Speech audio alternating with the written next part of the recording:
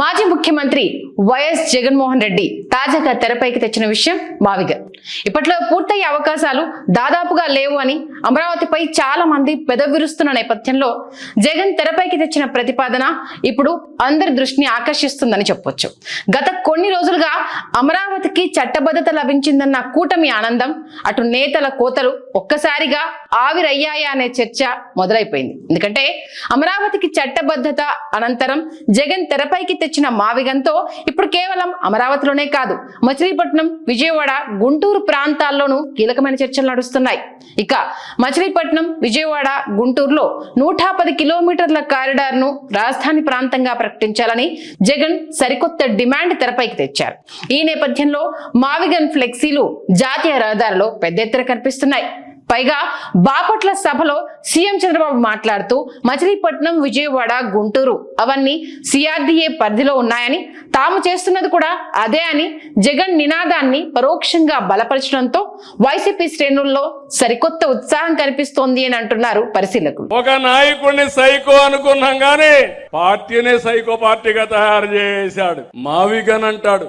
మొన్న 3 ముక్కలాట, ఇప్పుడు మావిగన్. వాటికన్ అలా సంతోషం, దాని ప్రతిష్ఠ దీలా, పరువు దీలా. దీనికంటే ఏమి ఎక్స్పెక్ట్ చేస్తారు మీరు అడుగుతున్నా. దీనికి తోడు జగన్ ప్రతిపాదిస్తున్న మావిగన్ లో అనేక సానుకూల అంశాలున్నాయనే చర్చ దాదాపు అన్ని వర్గాల్లోనే మొదలైందని అంటున్నారు.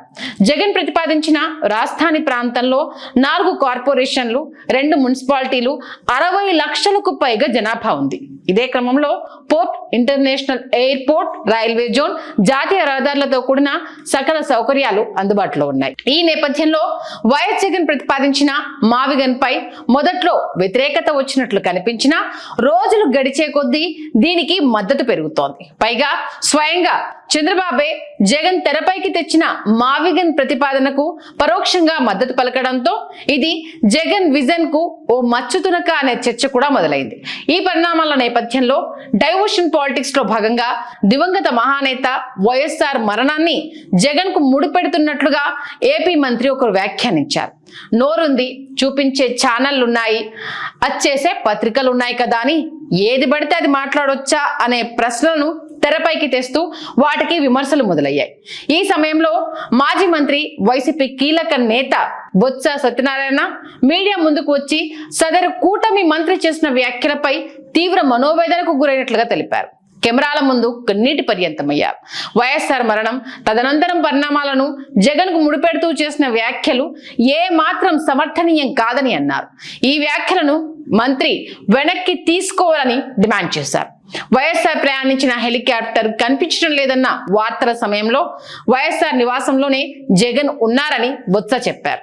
వైఎస్ఆర్ పార్థివ దేహాన్ని పావురాల గుట్ట దగ్గర గుర్తించామని, అనంతరం ఆ పార్థివ దేహంతో తాము హైదరాబాద్ లోని వైఎస్ఆర్ ఇంటికి వచ్చామని బొత్స వివరించారు. ఈ సందర్భంగా ఎంతో విషాదభరితమైన వైఎస్ఆర్ మరణాన్ని సైతం రాజకీయం చేయడం తగునా అని అచ్చెన్నను ప్రశ్నించారు బొత్స.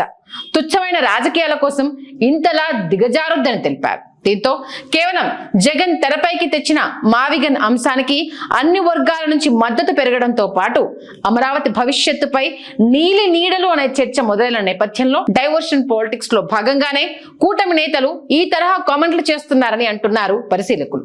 ఇలాంటి వ్యాఖ్యలు చేసే ముందు 1-2 సార్లు విజ్ఞత, విలువల గురించి ఆలోచించి మొదలు పెట్టాలని సూచిస్తున్నారు.